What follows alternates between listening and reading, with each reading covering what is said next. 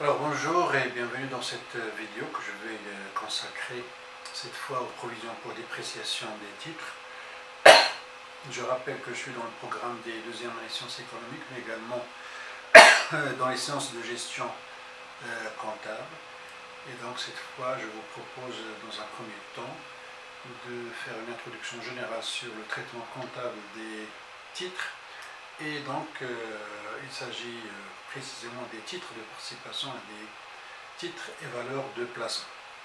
Alors, dans un premier temps, je vais d'abord faire un rappel au sujet des titres qu'on va traiter. Donc, comme vous le voyez sur ce tableau, on a affaire aux titres et valeurs de placement et puis aux autres titres. Bon, les autres titres sont les titres immobilisés, les titres de participation qui se retrouvent au niveau de l'actif immobilisé, alors que les TVP se retrouvent au niveau de l'actif circulant. Donc ici je suis 35 et là je suis dans les 25. Voilà, 25. Alors, s'il faut rappeler encore une fois, les titres en fait, ce sont deux catégories. Vous avez soit des titres de créance, soit encore des titres de propriété. Alors les titres de créance, on ne va pas en parler. Ce sont notamment les obligations, les bons et autres formes telles que les titres de créance négociables, c'est-à-dire les certificats de dépôt, les billets de trésorerie, les bons des sociétés de financement, etc.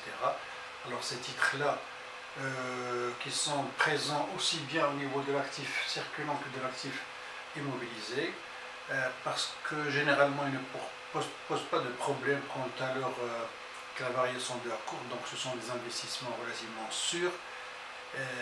Par contre, pour les titres de propriété que nous traitons, c'est-à-dire principalement ce sont les actions, alors les actions, bien sûr, ceux-là peuvent présenter un risque de voir leur valeur diminuer avec les temps pour plusieurs raisons, et donc appeler par conséquent la constitution de provision. Alors, les titres et valeurs de placement se retrouvent au niveau de l'actif circulant, ce qui fait la distinction entre les titres et valeurs de placement et les titres immobilisés et titres de participation. Eh bien, c'est que ici, ce sont, comme le nom l'indique, ce sont des placements, donc à court terme. Donc, les entreprises qui possèdent une encaisse excédentaire d'un excédent de trésorerie, évidemment, ils préfèrent des fois les placer à court terme en achetant des actions ou bien des obligations. C'est une façon donc de placer, de rentabiliser à court terme leur liquidité. Par contre, ce n'est pas le cas pour les titres immobilisés et pour les titres de participation. Alors les titres de participation ont beaucoup d'importance pour certaines grandes entreprises, notamment les entreprises qui se constituent en groupe, c'est-à-dire une société mère avec des filiales qu'elle possède. Et bien là, l'intérêt de la participation, c'est de contrôler les autres entreprises pour des besoins de stratégie, c'est pour plusieurs raisons. Ce n'est pas ici l'occasion, bien ce n'est pas le moment d'en parler, donc peut-être au niveau d'une leçon de stratégie, vous pouvez en parler davantage. Bien, alors, qu'est-ce qu'il faut rappeler aussi? Alors en comptabilité, que ce soit les titres de participation ou bien les TVP, ils sont comptabilisés à leur valeur d'entrée. C'est-à-dire que les transactions sur ces titres-là, généralement, passent par les sociétés de bourse et les banques interviennent. Donc, évidemment, l'acquisition ou la cession induit des frais sur achat ou sur vente. Donc, ceux-là ne sont pas intégrés au niveau du prix. Donc, ils sont plutôt considérés comme des services bancaires aussi bien, mais également la TVA qui ont des coûts. Bien, donc la valeur d'entrée est égale au prix d'achat en dehors de tout frais sur achat. Alors maintenant, à la fin de l'exercice, évidemment, il convient donc de se demander sur leur valeur actuelle à l'inventaire. Alors cette valeur actuelle, elle est relativement facile à déterminer lorsqu'il est question des TVP et des titres immobilisés. Donc cette valeur actuelle, elle est déterminée pour les titres qui sont cotés en bourse par le cours moyen du dernier mois, sinon donc par leur valeur probable de négociation. Par contre, pour les titres de participation, alors ça, c'est la valeur actuelle dépend en fait de leur valeur d'usage. Qu'est-ce que c'est qu'une valeur d'usage? Eh bien, c'est la valeur qu'un chef d'entreprise prudent et avisé accepterait de décaisser pour obtenir cette participation s'il avait à l'acquérir, c'est-à-dire à sa valeur d'usage, laquelle est fonction de l'utilité de la participation présente pour l'entreprise. Bien, alors ceci étant, bon, généralement à l'examen, on vous dit voilà le prix d'achat, le prix à l'inventaire, sans beaucoup entrer dans le détail, mais ça c'est un rappel qui serait bien sûr intéressant. C'est pour ça donc j'ai rappelé donc, cette distinction entre la valeur d'entrée et la valeur actuelle, et cette différence-là qui constitue la provision pour dépréciation. Si j'ai acheté le titre à 100 et qu'à la date d'inventaire sa valeur actuelle est à 80, donc la provision pour dépréciation est égale à 20. Voilà. Alors maintenant, voici le plan qu'on va suivre.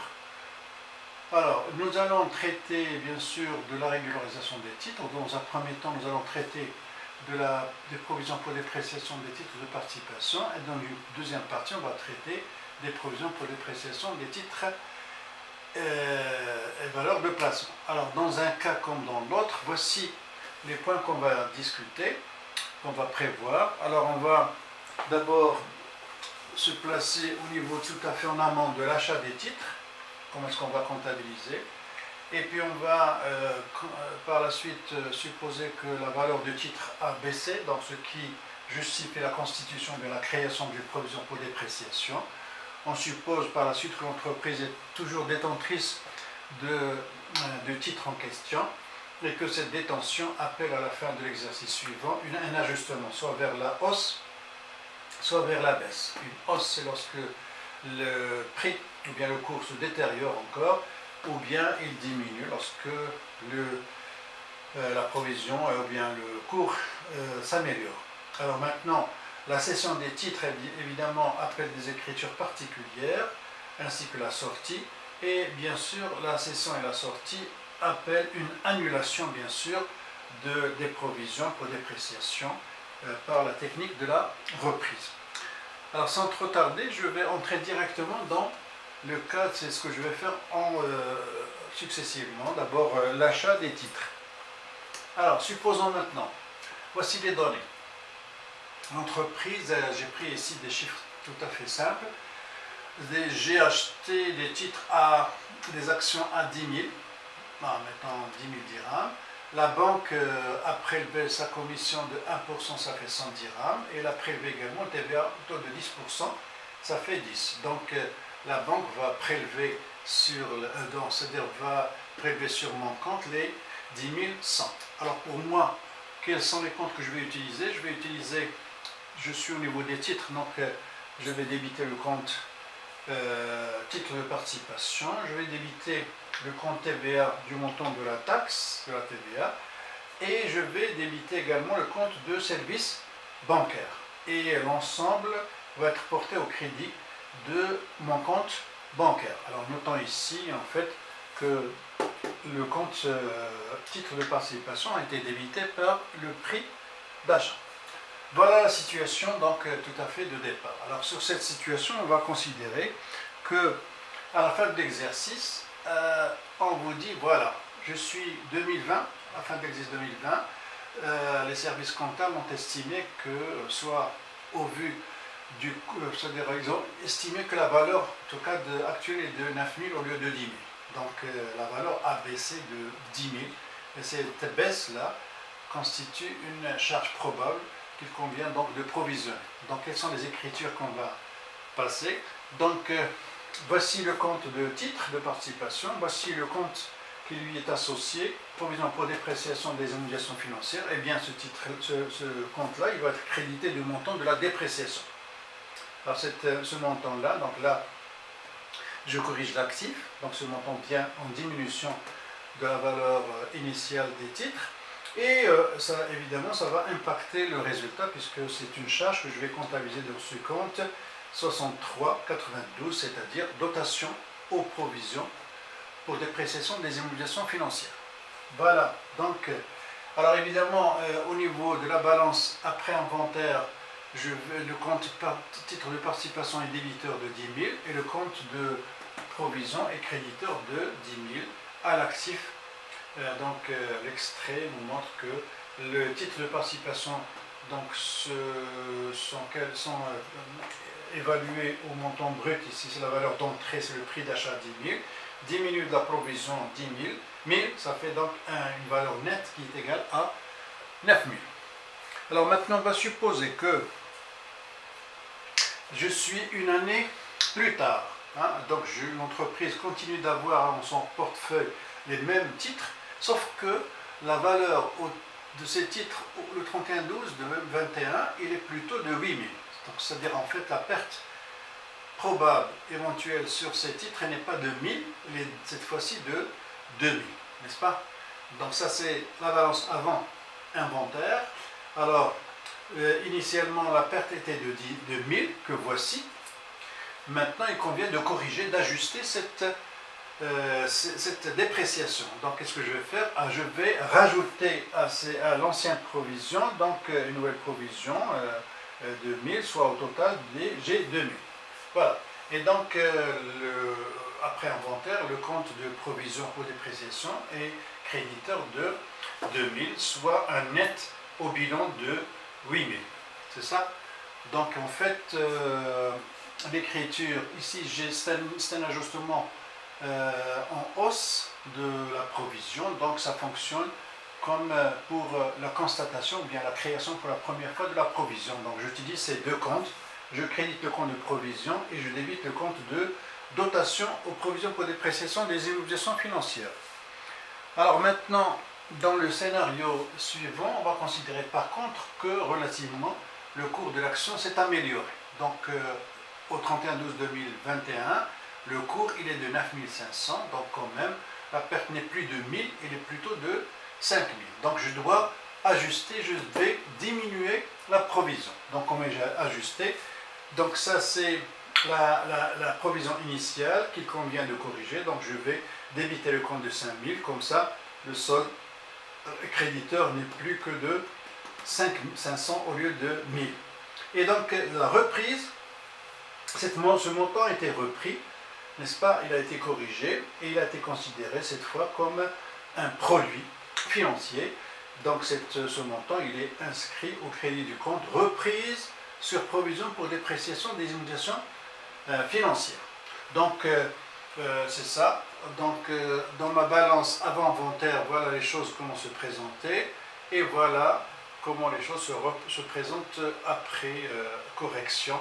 Donc 500 au lieu de 1000. Par contre, les titres de participation demeurent à leur prix d'achat de 10 000. Et à l'actif, on va trouver le net qui est de 9500 au lieu de 9000. Voilà. Alors maintenant, l'entreprise, simplement, on se considère que je suis en 2021, c'est ça, et que au courant le mois de novembre, l'entreprise a cédé les actions. Il les a cédées à 9800. Voilà. Et donc, comme ça passe par la banque va également prélever la commission à 1%, et elle va comptabiliser la TVA. Donc, en fait, je ne vais pas encaisser 9800, l'entreprise va encaisser simplement 9692,20. C'est ce que j'ai porté au début de mon compte banque. Alors, ça, c'est le service bancaire, c'est ça, 98, et ça, c'est la TVA, c'est ça. Donc, qu'est-ce qu'on retient ici? On retient, bien sûr, l'utilisation de ce compte qu'on avait déjà utilisé, et on retient ce compte-là de produit de cession des immobilisations financières. Bien, alors ce qu'il faut remarquer ici, c'est que, l'écriture d'accession, ce n'est pas une écriture d'inventaire. Cette écriture devrait être faite le 12/11, c'est-à-dire le jour même de la session. Donc, je n'ai pas besoin d'attendre la fin de l'exercice. C'est ça? D'ailleurs, cette écriture, elle est tout à fait celle qu'on utilise pour cession de toute immobilisation. Lorsqu'on cède l'immobilisation, on utilise ce produit de cession, le compte de produit de cession des immobilisations, sauf qu'ici, c'est une immobilisation financière qui est un produit non courant exceptionnel. Voilà. Alors j'attends, alors à la fin de l'année, qu'est-ce que je vais faire? Alors à la fin de l'année, je dois solder le compte de provision. Donc je vais constater la sortie du titre. Hein. Alors je constate la sortie. Cette sortie-là, je crédite le compte de titre de participation et je débite en contrepartie un compte de charge exceptionnelle ou bien de charge de valeur nette d'amortissement des immobilisations financières cédées. Alors ici j'utilise VNA, sachant qu'on a appris que la VNA c'est la valeur d'entrée moins le cumul d'amortissement, mais comme ici bien sûr les titres ne sont pas amortis, c'est-à-dire le cumul d'amortissement est égal à 0, donc la valeur nette d'amortissement est égale à la valeur d'entrée. Alors qu'est-ce que j'ai fait? J'ai simplement constaté la sortie ou bien le retrait de ces titres comme je ne suis plus propriétaire. Alors il va de soi bien sûr que par conséquent je dois annuler, je dois reprendre la provision que j'avais constatée initialement, puisque ce compte-là, il est rattaché à ce compte-là, ou bien son objet, ce sont ces titres, et comme les titres ne sont plus en ma possession, donc je vais simplement annuler, je vais reprendre la totalité de la provision. Alors là, je vais la reprendre par ce compte-là, qui est 73,92, c'est des repris sur provision pour dépréciation des immobilisations financières. Bien, je continue alors. Alors, c'est important de faire la comparaison entre, parce qu'on va voir tout à l'heure l'impact de la cession des TVP, mais alors en matière de titres de participation, comment cette cession, comment il va impacter le résultat? Eh bien, cette cession, on va l'observer au niveau du résultat non courant. Nous avons cédé à 9800, n'est-ce pas? Et la valeur nette est de 10 000, donc le résultat non courant propre à cette cession, elle est de 2000, donc de 200 plutôt. Cette moins-value nette, il va apparaître au niveau du CPC parmi le résultat, ou bien dans le cadre du résultat non courant. Voilà. Bon, alors maintenant, récapitulation. Quelles sont les écritures que nous avons passées? Voici les écritures que nous avons, enfin les cas que nous avons envisagés. Achat de titres, constitution de la provision, ajustement en hausse et en baisse, la cession, la sortie et la reprise. Alors à l'occasion de l'achat, quels sont les comptes que nous avons utilisés? Nous avons débité le compte d'achat de titres, et comme l'écriture, enfin comme la transaction passe par la banque bien sûr va créditer notre compte du montant, n'est-ce pas, de l'achat, majoré du service bancaire et de la TVA. Ça, c'est l'écriture numéro 1 qui correspond à l'achat. Maintenant, la constitution de la provision. Alors, je vais constater la provision au crédit du compte, provision pour dépréciation, n'est-ce pas, provision pour dépréciation des titres de participation. Contrepartie, je vais débiter un compte de charge. C'est ça? C'est-à-dire 63,92, dotation de provision pour dépréciation des immobilisations financières. Alors, si une année plus tard, la situation se détériore, donc je vais augmenter la provision. Donc je vais augmenter la provision, 3. Bon, c'est la même écriture. C'est ça? Comme la création, comme l'augmentation. Lorsque j'ajuste en baisse, je dois faire l'inverse. C'est-à-dire ici, je vais débiter le compte de provision et je vais créditer un compte de reprise, 73,92. C'est ça? Ensuite, ça c'est bon, maintenant la cession des titres. Lorsque je cède le titre, donc je n'ai pas besoin d'attendre la fin de l'exercice, je passe l'écriture le jour même de la cession. Qu'est-ce que je fais? Je vais créditer, c'est ça, je suis l'opération du 5, je crédite un compte de cession, n'est-ce pas, de la cession, et j'utilise le compte banque. Alors le compte banque, bien sûr, je vais débiter le compte, puisque c'est à mon profit, donc mon compte banque augmente, mais ce montant-là, il va être diminué bien sûr de la TVA, il va être diminué également du service bancaire. Ça, c'est l'opération numéro 5. Et voilà, et à la fin de l'exercice, je vais opérer deux choses. Dans un premier temps, je vais exclure, ou bien je vais retirer, je vais solder le compte des titres, que voici, donc ça c'est l'opération 6. Lorsque je solde, c'est par la valeur nette d'amortissement, je crédite et je débite. Et enfin, le compte de provision continue d'être créditeur, c'est la raison pour laquelle je dois le solder, 6, et je dois le solder par une reprise, c'est ça, 6. Comme ça, j'aurai récapitulé, donné l'ensemble des écritures. Bon, j'ai préféré passer l'écriture au grand livre pour des raisons de commodité, mais également pour voir, je pense, plus clair que le journal. Bien, j'enchaîne maintenant directement sur les titres et valeurs de placement. Alors, je vais suivre le même cheminement, c'est-à-dire je vais considérer les événements qui peuvent affecter la vie des TVP, c'est-à-dire je vais les acheter, je vais les céder. Entre-temps, je vais constituer la provision pour dépréciation, je vais la corriger en hausse et en baisse, et je vais, à l'occasion de la sortie, donc reprendre et annuler les provisions pour dépréciation. Alors, ce sont les mêmes montants que j'ai utilisés pour tout à l'heure. Je suppose que courant 2020, j'ai acheté des titres. Ça, ce sont des TVP. Donc, qu'est-ce que je vais faire? Je vais débiter le compte de TVP en contrepartie du compte banque. Et bien sûr, cette opération m'a coûté des services bancaires de 100 et une TVA de 10%. Donc, les mêmes comptes que j'ai utilisés, sauf que ici, au lieu de 2510, j'utilise 35 000 TVP. Voilà. Maintenant, qu'est-ce que je suppose? Je suppose qu'à la fin de l'exercice, les services comptables ont estimé que la valeur sur le marché, ou bien la valeur probable de négociation n'est plus de 1000, 10 000, mais de 9 000, soit une perte probable de 1000 que je dois donc envisager. Donc je corrige l'actif de 1000 et je corrige le résultat de 1000. J'utilise donc le compte 63,94, c'est-à-dire dotation, provision pour dépréciation des TVP. Avant inventaire, voilà comment se présente ma balance. Donc 1000, 10 000.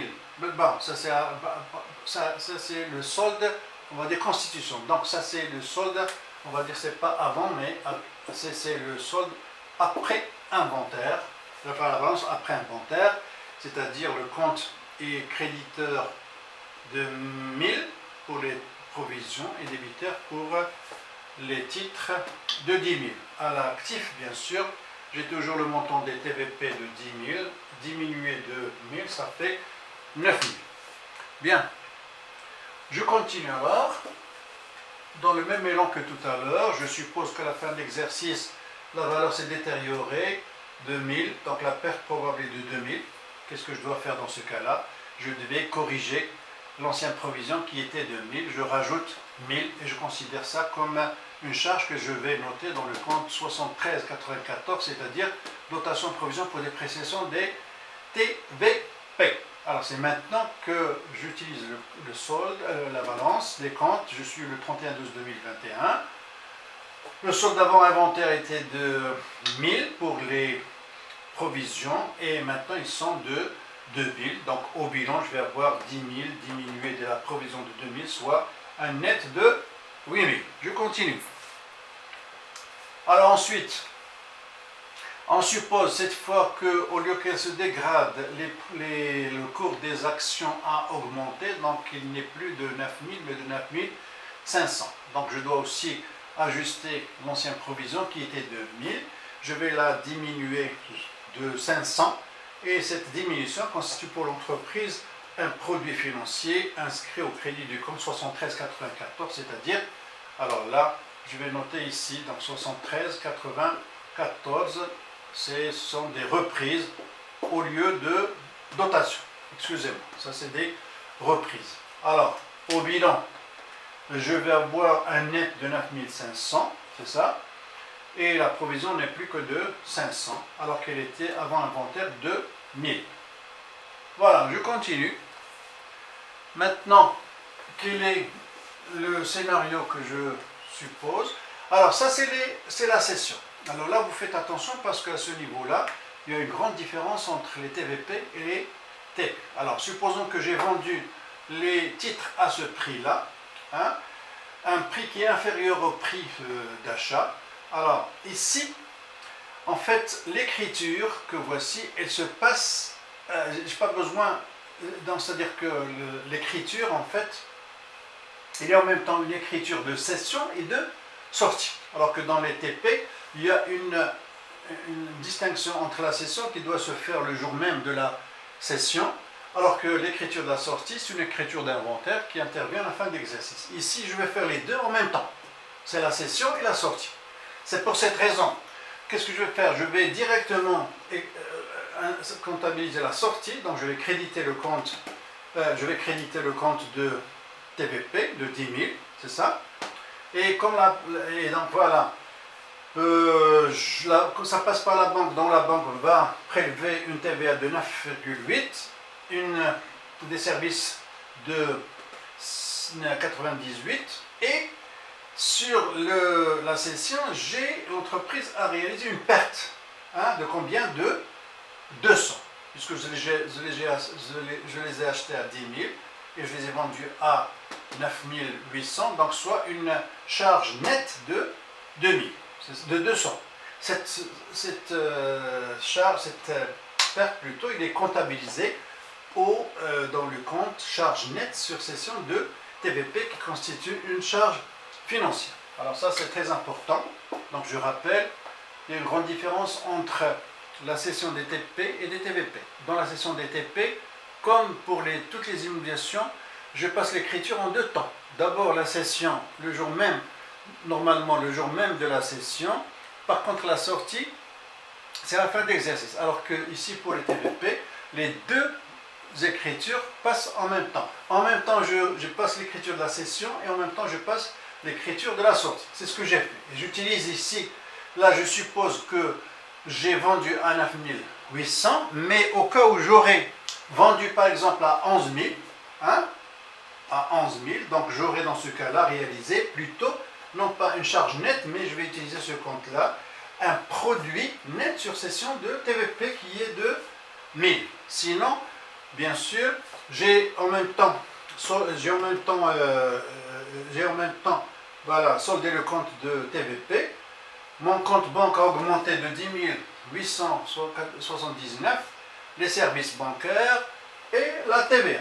Qu'est-ce qu'il me reste enfin? Il me reste simplement, comme le compte de TVP a été soldé, donc le compte de provision devrait être également soldé. Donc je vais procéder à l'annulation par reprise. Donc qu'est-ce que je vais faire? Je vais annuler, annulation de la provision sur les titres cédés. Et dans ce cas-là, j'utilise le compte reprise sur provision pour dépréciation des TVP, le compte provision pour dépréciation des créditeurs de 1000, j'annule et en contrepartie je porte l'équivalent donc dans le crédit de ce compte reprise sur provision pour dépréciation des TVP. Alors maintenant, récapitulation, qu'est-ce qu'on a dit? J'achète les titres, quelle est l'écriture que je passe? Je passe l'écriture, c'est ça, 1 TVP. Alors, ça passe par la banque, donc la banque, mon compte va être, le paiement va se faire par prélèvement sur mon compte bancaire, et le prélèvement bancaire, bien sûr, un service bancaire et une TVA qui va avec. Voilà. Maintenant, je constitue la provision pour dépréciation. Qu'est-ce que je vais faire? Je vais donc créditer le compte provision pour dépréciation. En contrepartie, je débite le compte de charge, c'est-à-dire c'est le compte de dotation de provision pour dépréciation des TVP. S'il vient que une année plus tard, la valeur se détériore, donc je dois augmenter la provision. Donc l'augmentation, l'écriture de l'augmentation est la même que celle de la création. Par contre, la diminution, j'opère l'inverse. Ici, ça c'est la diminution. Je débite le compte de provision